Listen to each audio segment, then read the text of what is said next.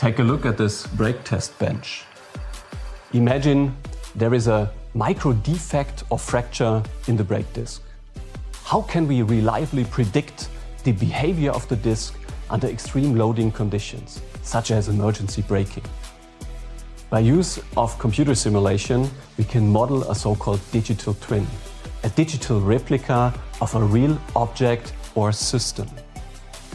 And we can do this for every object of the real world. As a student of our master program, Computer-Aided Mechanical Engineering, you develop, apply, and optimize cutting-edge simulation technology for high-tech products. The CAME study program enables you to work in all emerging fields of technology: automotive, environmental, biomedical, you name it. So if you want to catch the ride into the future, step in and come to RWTH Aachen University.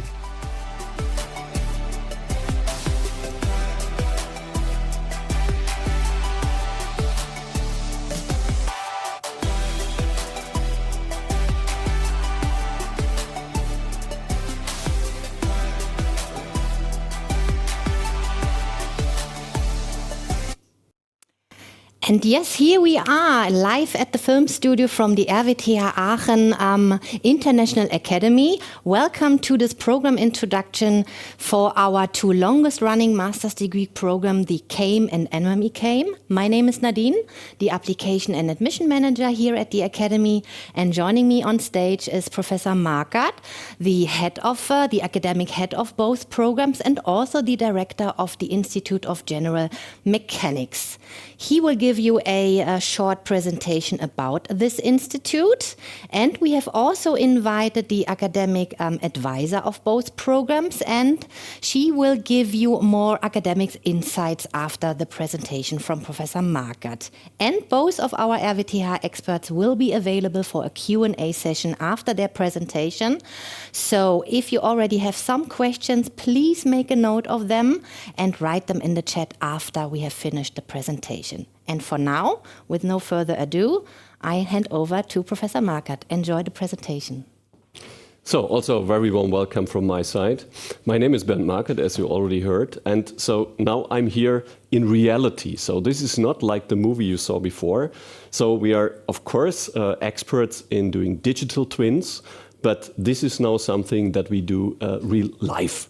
Yeah? So let me give you a brief introduction. So I don't want to take too much of your time, but my expertise is, of course, that I'm working with coupled problems. Everything that is very complex, that includes magnetic fields, that includes certain fluid dynamic aspects, combined with solids. This is what is my research about. And of course, we also deal with artificial intelligence. So we want to make simulations faster.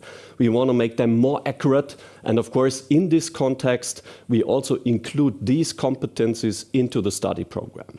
So some aspects of the institute. So it has a very long history. And when you look at this page, you see, of course, that the Institute of General Mechanics, so in German that's called Institut für Allgemeine Mechanik, so therefore the abbreviation is IAM, and it has a long history. So it existed since the foundation of the university.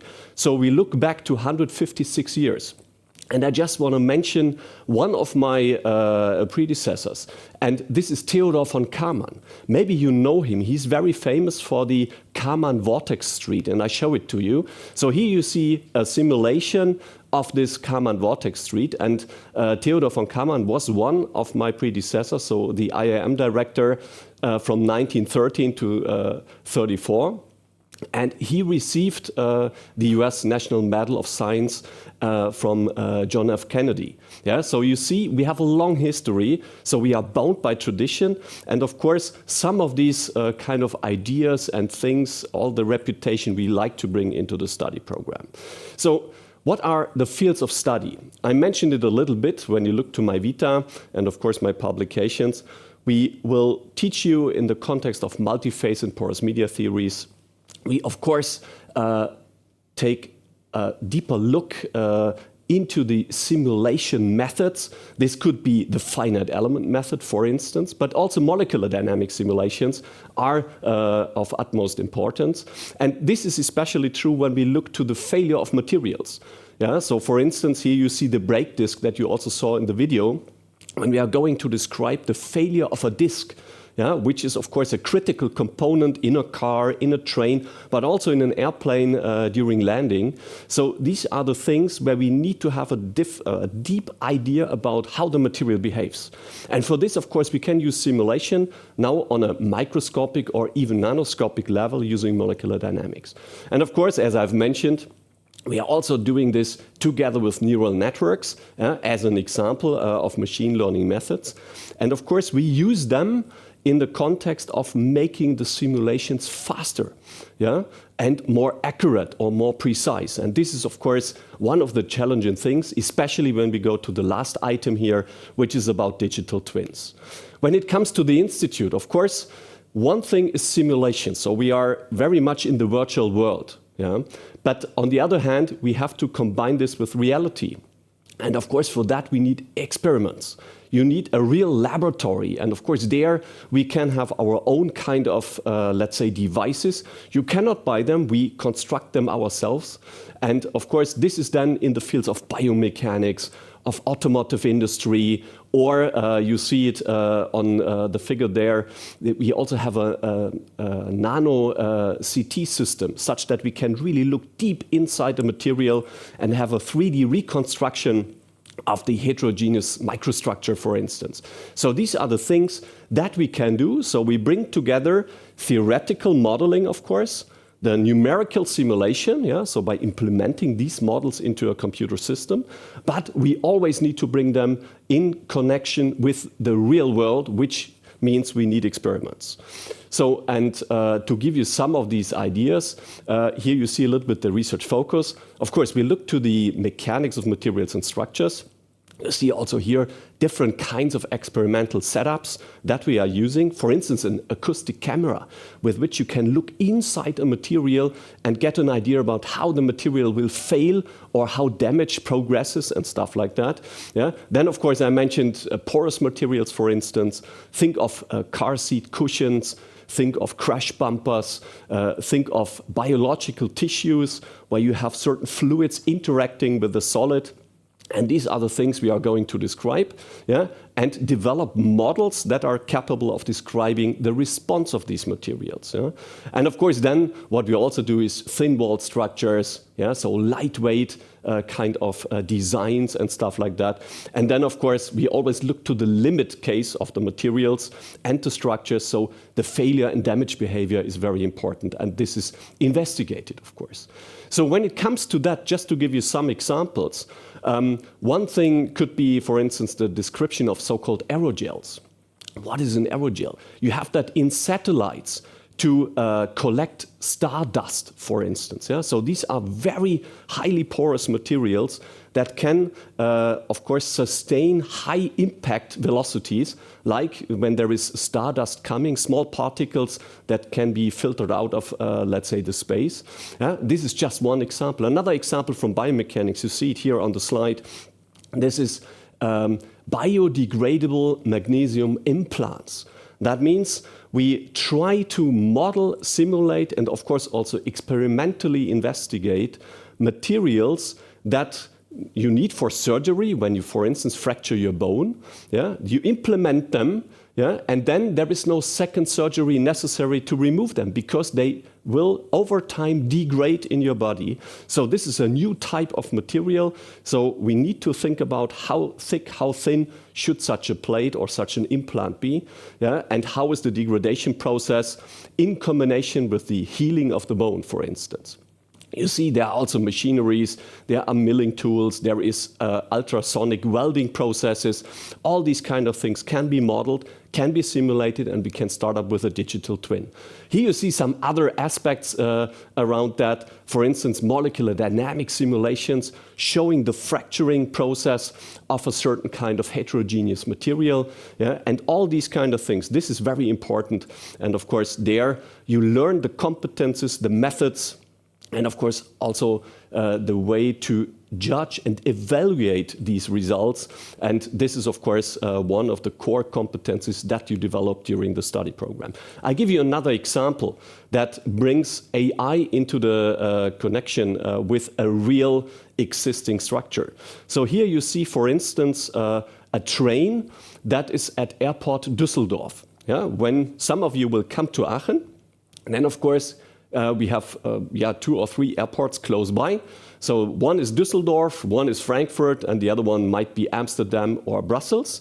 Yeah? And there, from the train station or from the train station to the terminal or the parking lot, there is a special train running. You know this also from your home countries.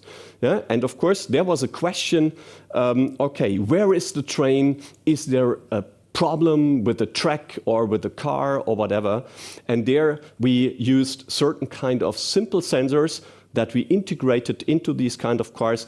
And then by using artificial intelligence, we, of course, evaluated the data and could tell, of course, the maintenance crews that are there at the airport, where is the problem, what they have to maintain and stuff like that. So that's really predictive maintenance, based on AI. Sounds very simple, but at the end of the day, theoretically it's simple, but to do it in the real practical world, this is something different. And this is, of course, what we try to bridge from theory up to the real application in engineering.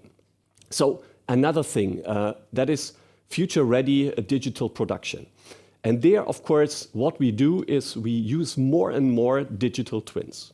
That means we are not producing several prototypes. We are really looking that we have the prototype or the final product already in the computer. And then, of course, we can test it out. Of course, this takes a lot of time. We need a lot of data for that. Here, for instance, you see a blade of a turbojet engine. And this is a single piece. It's made out of one piece using a milling machine. And of course, this takes 24 hours until such a piece is finished. And as far as I remember, such a special piece of a turbojet engine costs 80,000 euros one piece.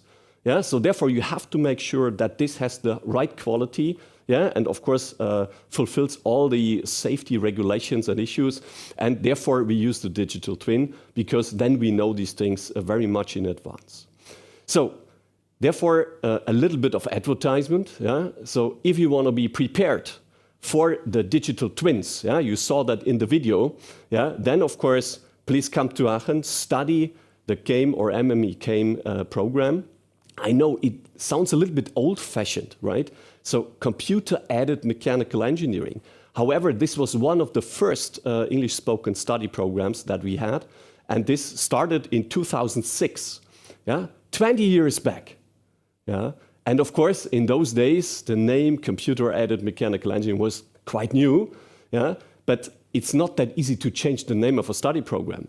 However, now you can see there is a certain tradition behind that, a very successful tradition. And of course, the CAME study program is more than just computer-aided. I would call it more like digital engineering, where you learn the methods, you apply the methods, and of course, you will be experts in digital twins and, of course, related to engineering applications. That's it from my side. I will stay here for any kind of questions, and I hand over to my colleague. And please, come on the stage. So, thank you, Professor. And hello, everyone. I am Bhagyashri Bachhav. Like introduced, I am your academic advisor, which means I will be basically the person who will help you if you have any questions regarding which kind of electives to choose, which kind of track to go for, or maybe also regarding which kind of internship, which kind of thesis and research project you would like to look when you are studying here.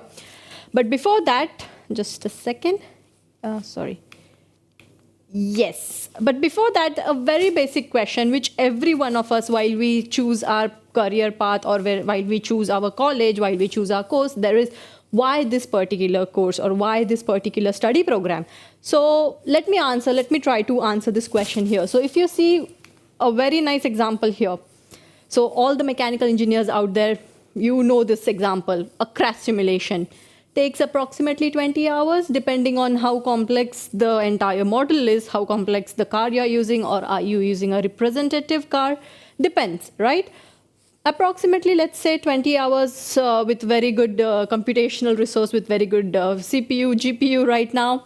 But what will happen if this can be speed up? Can we have, what will happen if I just change certain elements and make them a representative elements? So to answer this kind of questions, we need simulation engineers, right? Normal person cannot do that. So he cannot just change certain elements and say, okay, let us use that. But if you study CAME, you will have an understanding of what is actually happening, which elements can be changed, which part can be changed to speed up this process, or even how to simulate it. So this is one of the motivation if you want to be a simulation engineer. This is the course you want to go. Okay, but like Professor said, the name is pretty old, right? So I would say we can just call it a future blended or digital engineering course, because this will not only teach you the theoretical knowledge or the bookish course, okay, do FEM simulation, do this kind of numerical analysis, do solve this problem, and when you go to the industry, apply it, try to apply it. No, but this course will basically teach you, okay, you have learned in one of the semester, in one of the course, certain formulas, and in the next course, you will have a hands-on experience, hands-on example, a project which will help you apply that particular knowledge, okay? So we also have different courses which will not only give you practical application of the theory, but will also help you understand AI applications, or will also try to help you or explain you how modern day AI can be helped to do all these examples which you can see here. Okay, one of the example we had a crash simulation. This is the same example. We take the FE simulation from a car, a crash simulation, and then try to fit a surrogate model, try to fit an AI model, which will help the engineers, instead of redoing the calculations maybe 20 times, it will help the engineers to have a particular proper model, which will predict with high accuracy all the time. So we not only teach you how to simulate, how to generate a FE model, but we also teach you how to have a AI-driven surrogate model, which will help you speed up all the process. So if you think of yourself more of a design guy, a simulation guy, or a girl, then this is the right course for you.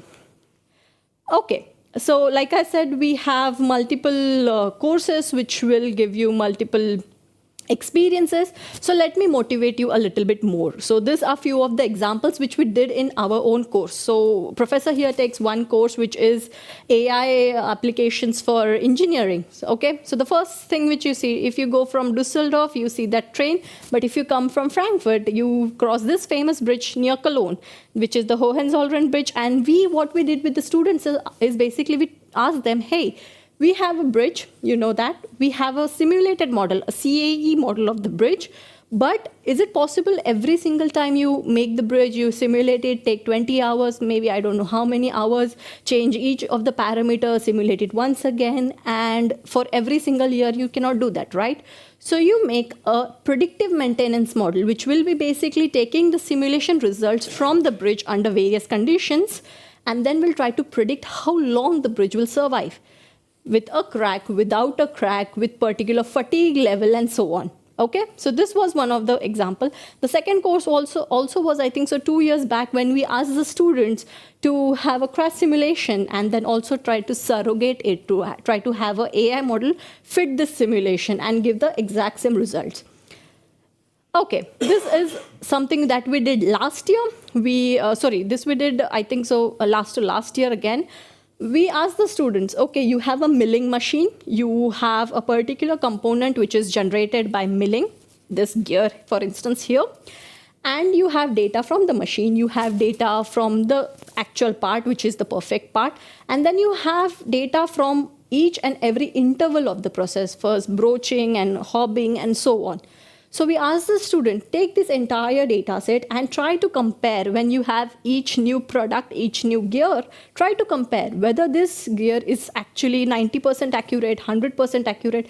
Because, while doing testing, destructive testing, non-destructive testing, there might be an error that we cannot test all. So we do batch testing, right? But if you have an AI model which can just maybe scan and give you the quality analysis, quality data, quality report, then you have an actual inspection model, which will help you reduce the efforts you put, reduce the labor you put in inspection. And Okay, so this is one of the example which we did this year with our winter semester batch, and this is also, let me play a video. This is also a project which we did with our course.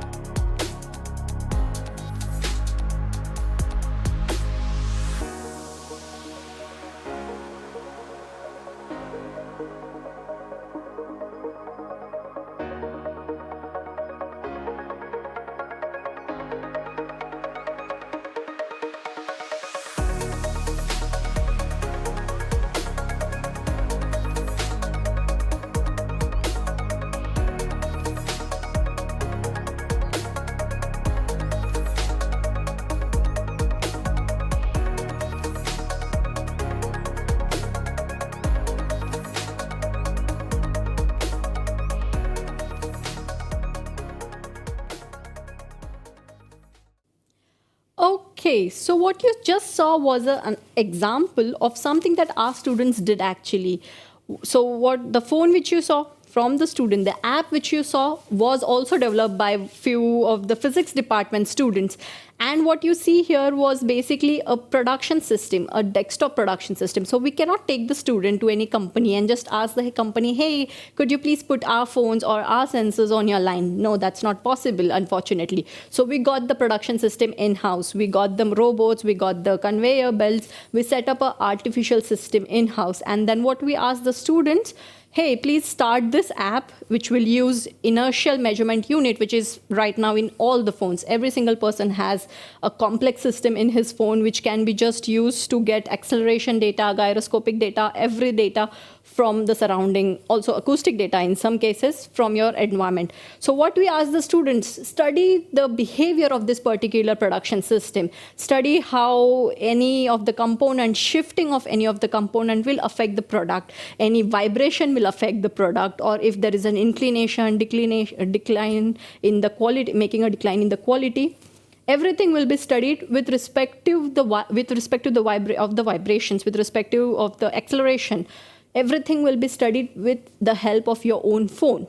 Study it and then build a model which will help you understand, okay, if certain part is not performing good, if there is a loose nut, if there is a loose, or if there is an inclination, you will see it in the data. Make a predictive model. So this is something that we did recently, and next year also we are trying to implement exactly same models on suspensions of car, on suspensions of bicycle, but that's a long story. So I guess I have motivated you enough, or at least given the answer to why study CAME or MME-CAME. Now let us go ahead and have a look at different tracks, at different, I would say, domains of these courses. Okay, so for CAME, we have two domains, we have two tracks. The first one is production of machine and conception of machines. So I will give you the overall view.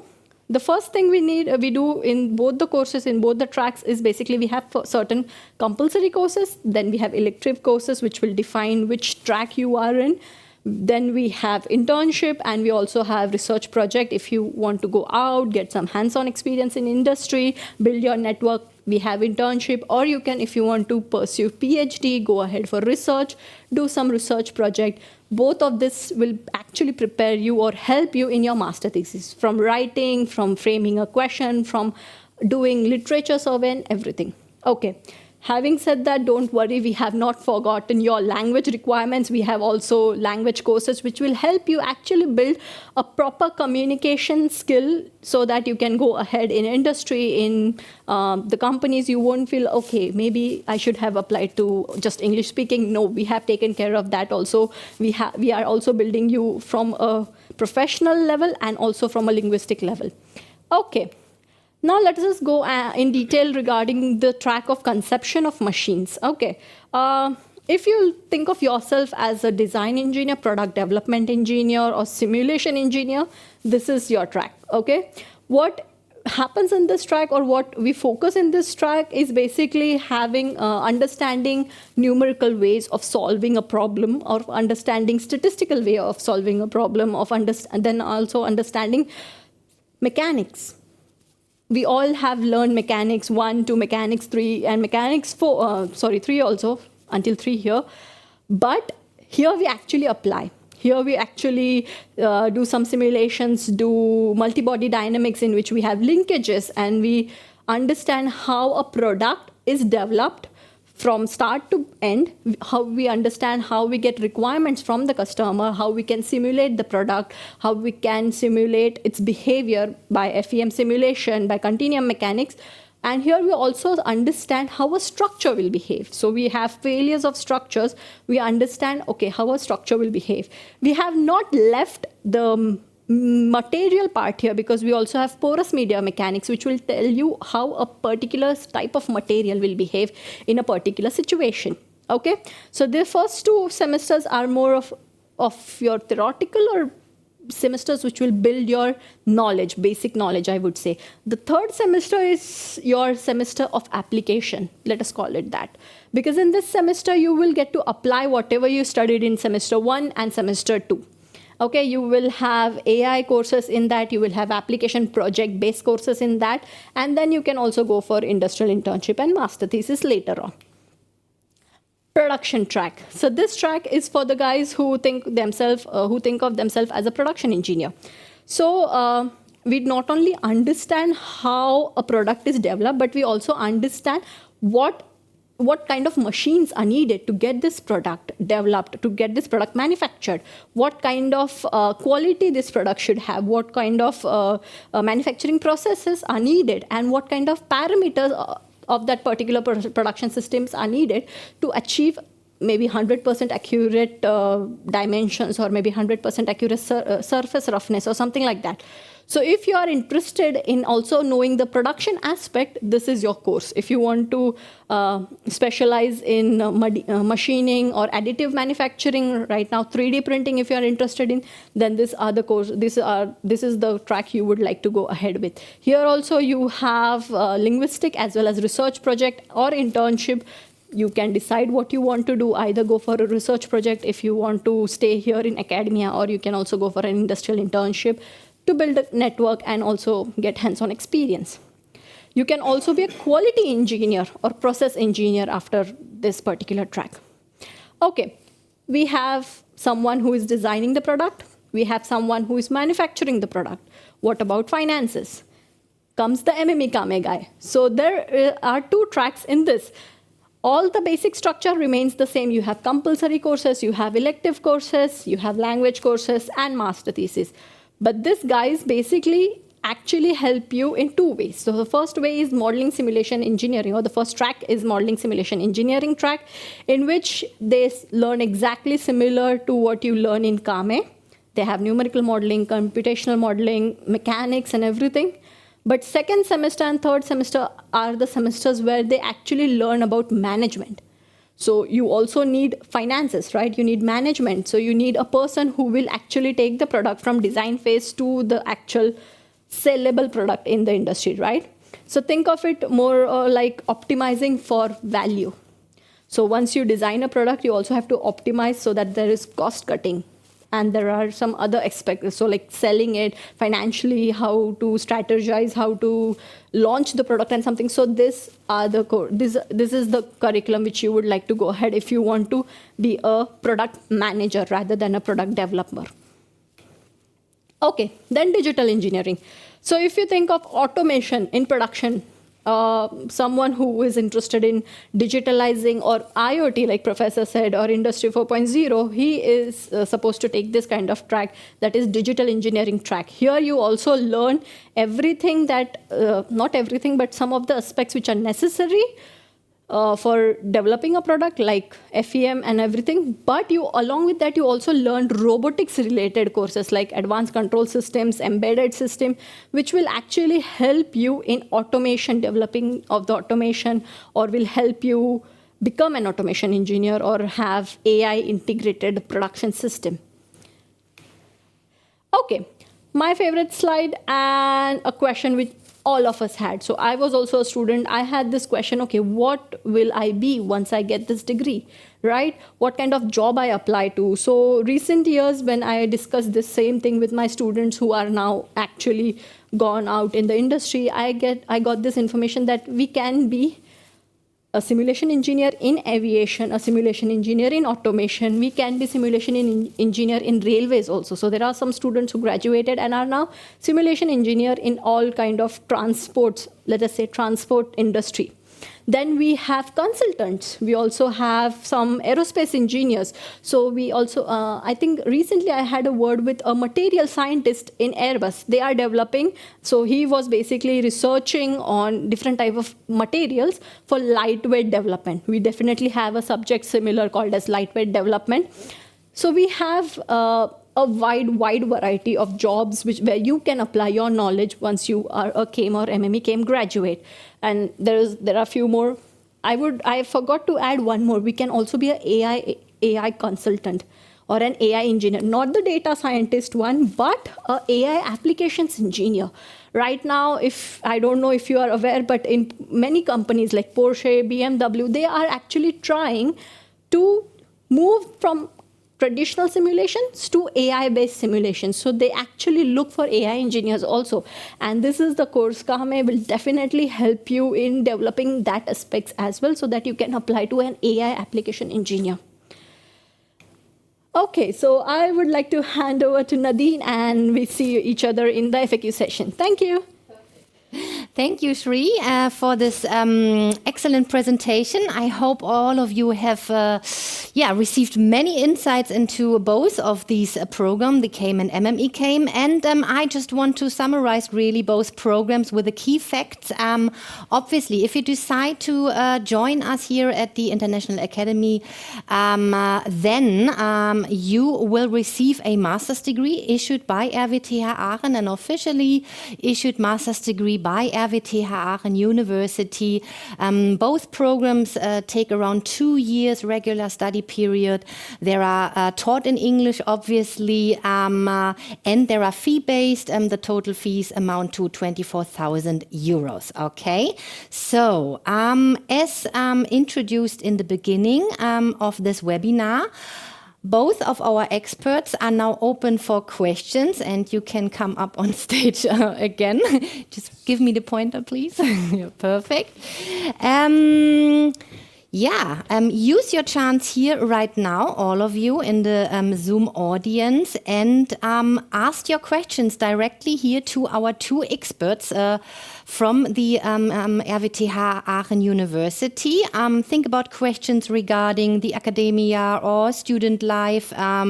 Addressed these two experts. And if you do have questions regarding the admission process and so forth, then I may answer you. Good. Write the question in the chat, exactly. And there is already one question from Raf. He's been posting that question a long time ago. Is it possible to focus on non-porous materials when studying CAME, like structural mechanics for aerospace, advanced manufacturing, etc.? Is CAME more inclined towards industry or PhD research? So 2 questions, basically. Okay, so thank you very much for this question. I will start with the first part. Yeah, of course. What people generally think is that porous materials, that this is something special. No, it's more general. So the solids are automatically included into that. Yeah? But to make it more precise, you can usually choose between fluid dynamics and porous materials, yeah? Or let's say porous media mechanics. Yeah? And of course, you also have courses related to structures. Yeah? For instance, artificial intelligence related to structural elements and stuff like that. So that means the solid part, yeah, which is more easy, is always included into all of these kind of things. So therefore, you just need to think about when you make a material porous, yeah, you mentioned here aerospace, yeah, you want to have lightweight structures. And how can you make a structure lightweight? Not in just taking a solid material, but putting pores into it. Then you make it lightweight. Yeah? You see, these are the more advanced materials. And now think of 3D printing. You can produce so-called metamaterials. Yeah? And they, of course, usually do not print, let's say, a 3D full material. They usually try to use open spaces or pores in order to reduce the material and, of course, to reduce the weight at the end of the day. Yeah? But by maintaining the stiffness of the material and the durability of the material. And this is, of course, something which you need to understand, that solids are always included. However, especially in aerospace, you want to have lightweight structures. Yeah? So that means you want to get rid of material that you don't need. Yeah? And these are, of course, the questions that we will be addressing. And of course, aerospace is also part here of mechanical engineering. So therefore, this is no problem at all. So then coming to the second question, I think I hand over, because here is the example, of course. Yeah. So maybe you can answer that more precisely. Okay, so from personal experience, if you ask me, I decided to join research. I'm currently pursuing my PhD. However, trust me, there are students who are they got their internship, they got their master thesis and are right now working in industry. I would say it's a balance of both. It depends on your personal choice. But you cannot say it's more inclined towards industry or PhD research. As Professor already mentioned, and even I said, that we have courses which will actually prepare you for industry as well, for application as well. So I would say it's a balance. It depends on personal choice, but we prepare you for both. So we cannot say that it is inclined towards one or the other. Of course, there is no very nice question. I think you do not need to repeat that. Yeah. So, which is about, let's say, defense technology in general. Of course, usually when we try to explain to you how to set up a finite element model, a simulation model, or a certain other kind of model of a certain tool, machine, or a product, then, of course, you quite easily can exchange, let's say, the civil product with a military product. Of course, this is possible. So that means the methods remain the same. But this is a critical question, so therefore I understand what you mean. Yeah? So in principle, the German universities are not involved in defense and military research. So there we have special institutions that take care of that. But that's comparable to the universities in India and China. So they have a separated campus that takes care of military kind of stuff. But this is not included into the general, let's say, standard university affairs. So therefore, it's possible. You learn all the methods. Yeah? So the milling of, let's say, a tool that you use for a tank or whatever kind of military machine is the same, of course, as if you would do this with a civil background, right? So therefore, there is a clear yes, you can do that. And of course, currently the whole situation is changing. You know that there is, let's say, the Ukrainian war. Yeah, of course, we are not affected by that, but in general, there is a rethinking of this kind of, let's say, production, yeah, of military devices. And of course, we have one of the biggest companies here in this state, North Rhine-Westphalia, which is called Rheinmetall.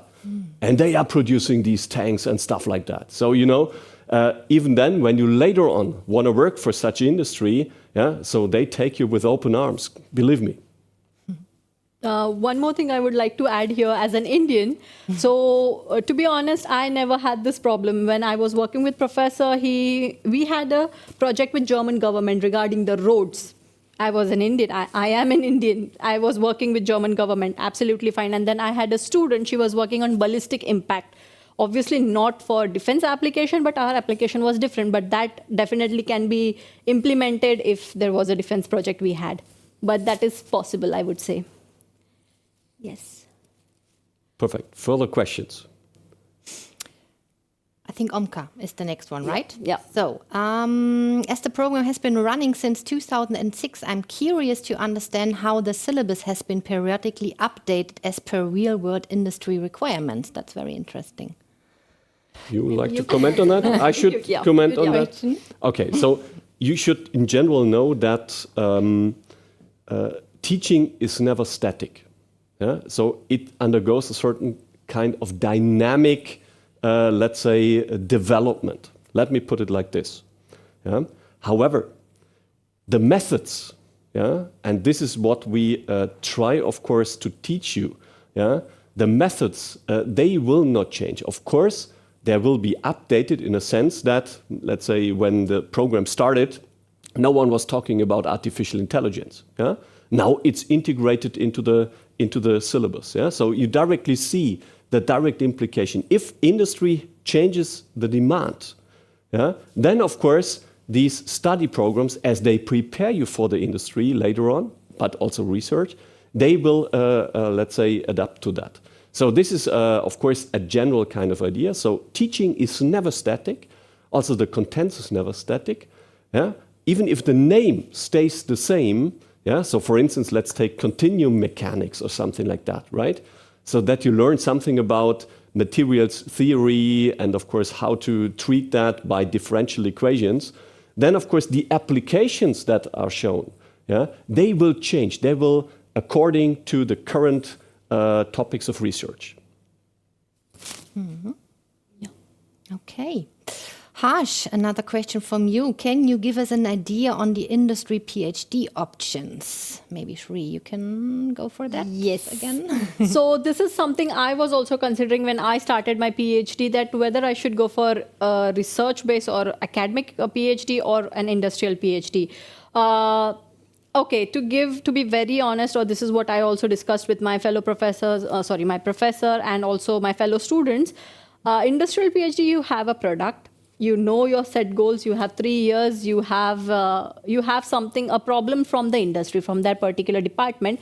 You solve it, you get the PhD and done. You do not get an holistic view of what is happening. You do not get an open idea of, okay, maybe I can work on this, maybe I can go in detail. No, you have very set milestones, very set limitations, very set goals which you have to fulfill, and then you can get out of it.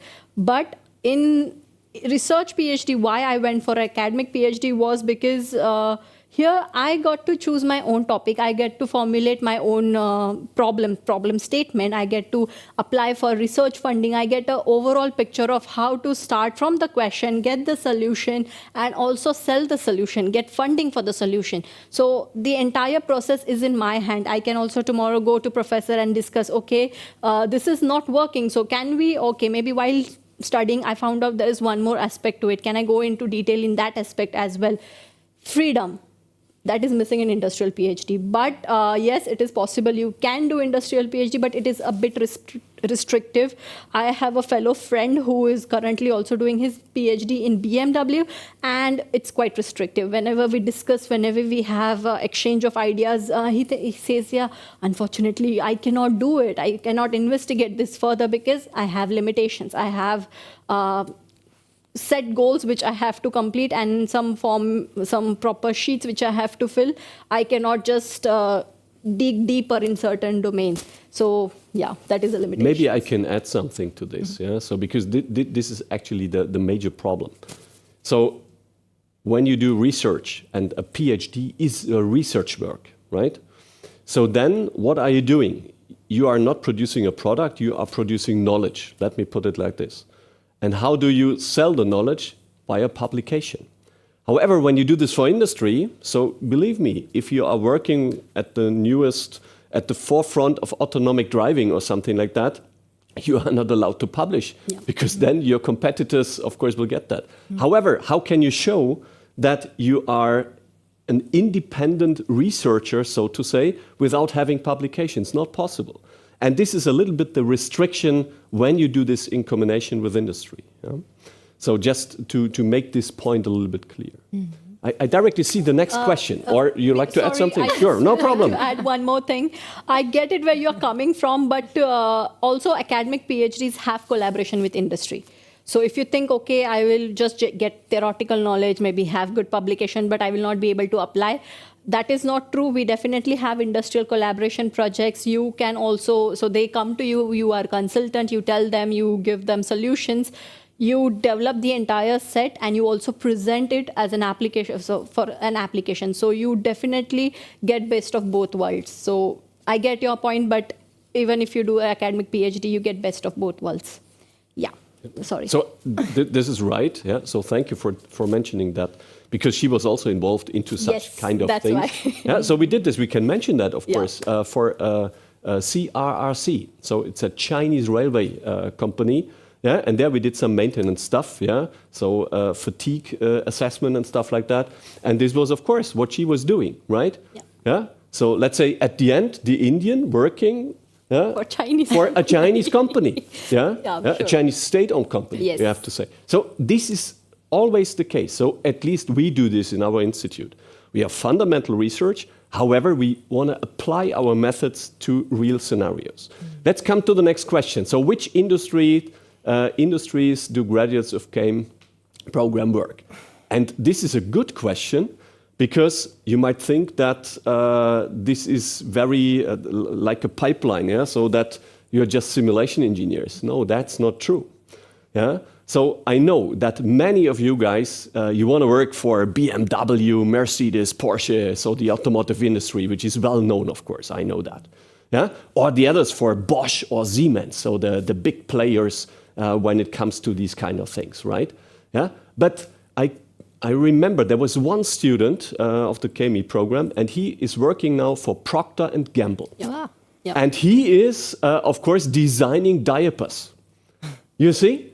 That is, yeah. So there is no special track for that, so to say. But what we can mention is, and this is now with the International Academy, they have a career service. Yeah. So they will bring you in touch with all the industry that is looking for the bright talents that graduate from RWTH Aachen University. So maybe you can say a few words about that. Absolutely. We do have a very comprehensive career program that includes network events such as network branches, where we get you in contact with the industry that might be your prospective employer in the future. We help you set up your CV so that it will be seen. We will give you training sessions towards doing a perfect interview, all of that. If you decide to join us, then this will be one of the many services we can give you, okay, to give you a head start and stand out of the crowd amongst all the other graduates, all right? So Good. Let's come to the next question. Yeah. So without reading it again, it's about, let's say, are the management courses and modules, how are they related to engineering in general? So now maybe I can give the question back. So if you're going to sell a car, or if you're going to sell, let's say, a diaper, yeah, it doesn't matter at the end of the day, because the mechanisms behind it, so the principles of management, when it now comes to sales for this particular example, they are the same. Yeah? But what these colleagues of the management department are doing is, of course, they take examples out of engineering, right? So that's the point. So, of course, the basics, so to say, of management, with focus on engineering, let's say, products. So this is the important point. So that means that's a little bit, if you think of a CFO, a chief financial officer, right? He needs to understand the engineering product, because he knows all the bottlenecks and problems that exist, also when it comes then later on to maintenance and stuff like that, because this produces costs, right? Because you have to have the resources taking care of these kind of things. yeah, that you have a hotline and stuff like that, so that people can call you, a call center, yeah, and so he has to understand the product. And this is, of course, where we are aiming at, that the management part enables you in order to take care of such a thing like a CFO or something like that. Yeah, so that is a little bit the idea. I hope this answers your question. Yeah, or start your own startup, right? That's what we always say as well. Obviously. Entrepreneurship. Yeah, so Exactly. because that is maybe we can give another example. And this was an Indian guy. That is usually you think, okay, you do this master program, and then one thing you work for industry, right? But the other, or do a PhD, yeah. So then have another stopover at university, so to say, yeah. But the other thing is, many of the students also go back to their home country. Yeah, of course they get some work experience in Germany, then they go back to their home country and open their own business. Yeah, so the entrepreneurial idea is also transported and educated in this context of management. Yeah. And next question. In production of machines, which software is used more at finite element analysis? Abacus or ANSYS? You guys know Abacus what or it is. ANSYS. Yeah. Of course, many use Abacus. Yes. Yeah, this is what we have to say. But there are many more. Yeah, so there is, for instance, Alice Dyna when it's about dynamical kind of stuff. Yeah, and crash simulation. Very often Alice Dyna. But now look at this. It is not important about the software that you're using, because it could happen. Now you learn, let's say, Abacus at RWTH. Yeah, then you go to Siemens or another company, and they use a different software. Then you start from scratch. However, what we try to teach you is what are the methods behind these tools. If you understand these basics, yeah, behind it, then of course it doesn't matter how the graphical user interface looks like. Yeah, because if you understand what is a boundary value problem, what are boundary conditions, how to apply forces or contact scenarios and stuff like that, then you are able to use all of these kind of softwares, because the general scientific workflow in setting up a simulation is always the same. Yeah? Yeah? And only the graphical user interface and some of the buttons are changing, yeah, depending on the software that you're using. I would like to add one more point here, that if you choose courses accordingly, so we also teach Abacus, some of the courses teach ANSYS. So there are courses which also teach you the actual software. So you just have to select them as electives, or maybe there are compulsory courses. For example, Python is taught as a compulsory course, and you can get the knowledge of all the courses, like different type of softwares with CAME and MME-CAME courses itself. So yeah, just an additional point. Yeah, another question from Raf concerning a career path, career growth, and income-wise. Is the academic PhD comparable to the industry PhD? Answer this question for me also. No, this is, I have to start at a different point. So you do a PhD not because you want to get a higher salary. Of course not. Yeah? So that is something that you say, okay, once in my life, I want to push the frontiers a little bit in a certain direction, right? Yeah? And this is, of course, the idea. So doing a PhD, and this also is then coming in one of the other questions, is not it's not a job. Yeah. However, when I now come to the second question that is there, when you look to the PhD, so I would call her a PhD student, but in Germany, at German universities, someone who is doing a PhD is not a student. She is a full employee in public service. Yeah. Yeah? And she earns the amount of money that you earn when you go to industry. Yeah? Yeah? As a beginner after your graduation. That's the case. Yeah? So you get fully paid. However, you do not get paid for the PhD. That's your personal kind of thing. You get paid for doing research projects or being involved in teaching or doing some other kind of administrative work, let's say, at the institute. Yeah? So there is a clear difference to other countries. Yeah? In other countries, as a PhD, you are a student. And then usually you get a scholarship or something like that. Yeah? Yeah? And here you get a full funded employment, yeah, at the university.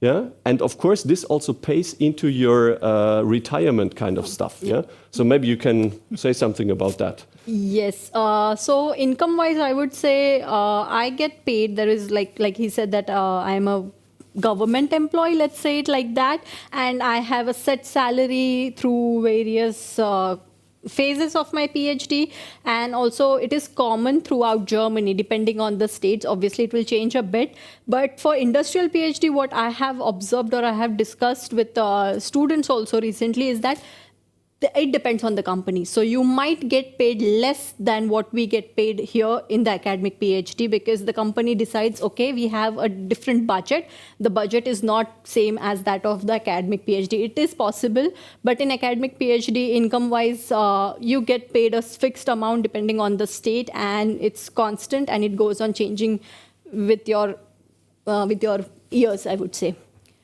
And sorry, I can add something. So maybe this is important for many of you guys, especially when you need to take a loan to finance, let's say, your study program, or your parents need to take a loan. So typically, when you graduate with a master degree from RWTH Aachen University in mechanical engineering, of course, yeah. So then your starting salary is about 70 to 75,000 euros a year. So now think about the investment. What is the investment? I don't know exactly. 24,000. 24,000. So that means after 2 or 3 years in the job, it's paid back. Yeah. Of course. Now think about, if you now spend 24,000 euros for buying a nice car. Yeah. What about the value of this car after, let's say, 2, 3, 4 years? Nothing. But the 24,000 that you spent for your own career, and then after 2 or 3 years, you have it paid back. So then, of course, this is a wise decision. Yeah? So therefore, it's always about money. I understand that. Yeah? So I was also not born with a golden spoon. Yeah? So, but nevertheless, I was always working as a student helper at institutes. Yeah? So there is another chance during your studies that you can take a few hours and then work at the university institutes or in a company, doesn't matter. Yeah? So you have the chance usually to get some extra money for that. So therefore, I would say money is not the issue, yeah, at the end of the day. However, that's a little bit of trust that you need to have. You need also to trust in yourself, yeah, that you will make it. Yeah? And of course, for us, it is important that you study fast and with a good grading, right? That's the most important thing. Yeah? And to be fast, there we try to help you, and therefore we have this GEC, German Engineering College, to prepare you, to make you fit in order that you survive and study fast with the best grading that is possible. So also this investment pays off at the end of the year. Yeah? Because when you think about, you don't take it, yeah, and then it takes you a little bit longer to get the idea of, or to get mature during your studies. Yeah? 1 year extra time, yeah, of course, then costs 1 year of housing and living costs and stuff like that. Yeah, so that is then, I would say, it's about 1,000 euros a month. Yeah, yeah, that means 12,000 euros for 1 year extra study time. Yeah, so I don't know what is the GEC about. I don't know. The GEC, it depends, 7,000. Yeah. Half of it. Yeah. You see? So these things pay off. So therefore, we somehow develop these kind of programs. Yeah. However, that's not that easy. Just if you look at the web pages to understand, oh, why is this there? For what do I need it? Yeah. At the end, it pays off, right? Yeah. And this is, of course, what you can ask the previous classes and batches. They will explain this to you. I think we have also some of them in such in the things. next coming webinars. Perfect. So guys, I have to leave now. Exactly. I just wanted to finish as well, maybe with the last question, but go if you already perfect. want to So leave. Then she will stay here, of course. But we're finishing that's the point with the PhDs, yeah? Not a student, an employee, yeah? So, okay, thank you guys, and hope to see you soon in Aachen. Yeah? Absolutely. Bye-bye. Thank Bye-bye. you, Professor Thank Markert. you. Thank you for joining. Yeah, Shri, just maybe the last question to finish off this Q&A session here as well. It's a good question going forward. In the upcoming years, how will AI affect the field of mechanical engineering, and how dependent will engineers become on AI? I think that's a good closing Okay, question. very nice question. This Yeah. is something that we also discuss with the students in the courses itself. When you say dependent, does it mean that I will use ChatGPT to do my work? No, that is not how AI engineers will be there, for mechanical at least. But we will definitely have AI engineers who will develop, like I said, surrogate models, who will try to build models which will fasten the simulation. For instance, I am also working with AI. I develop AI-based models for continuum mechanics. So there was one of the slides where we had failure of material, right? I try to predict using AI where the material will fail under what kind of loading. That is something that AI will actually help us, but will not overtake or will not just barge into our domain. So yeah, it will definitely help us make surrogate models. I would directly say that, yeah. Yeah. Good. As I said, sorry, there's one more question, but still we have to look at the clock, I think. Yes. We are closing off the Q&A session right now. Thank you very much, Thank you Sri, so as well much. for Thank your you, input. and see you in Aachen, guys. Exactly. I just wanted to mention or give you the heads up that we do have some more upcoming webinars that might be of interest for you. There is the, I have to look over here because I cannot see it on the screen. There is the Student Success Management live talk scheduled for mid-April, April the 16th. And in this talk, you will actually meet our career manager who can tell you much more about our comprehensive career program that we just briefly described right now. And there will also be a Ask Current Students live talk where we have invited at least 3 senior students from different master's programs we are hosting, and you can ask those current students all the questions you may have regarding the student life here in Aachen or the respected curricula of the master's programs they are studying. Okay, last but not least, if you still have further questions regarding the CAME or MME-CAME, please send an email to Shri, the academic advisor. Here is her email ID for you to make a note of. And if it's a question regarding your application or admission to the CAME or MME-CAME program, then you can address the question to me. My email ID here, intake@academy.rwth-aachen.de. Right, and to close off the webinar, I want to ask you guys to have a little bit of like 2 more minutes of your time to do another little survey about this webinar here right now. We just want to have a feedback from you guys to maybe improve ourselves in the future. So there will be a QR code now in the chat. Please take part. That would be very nice.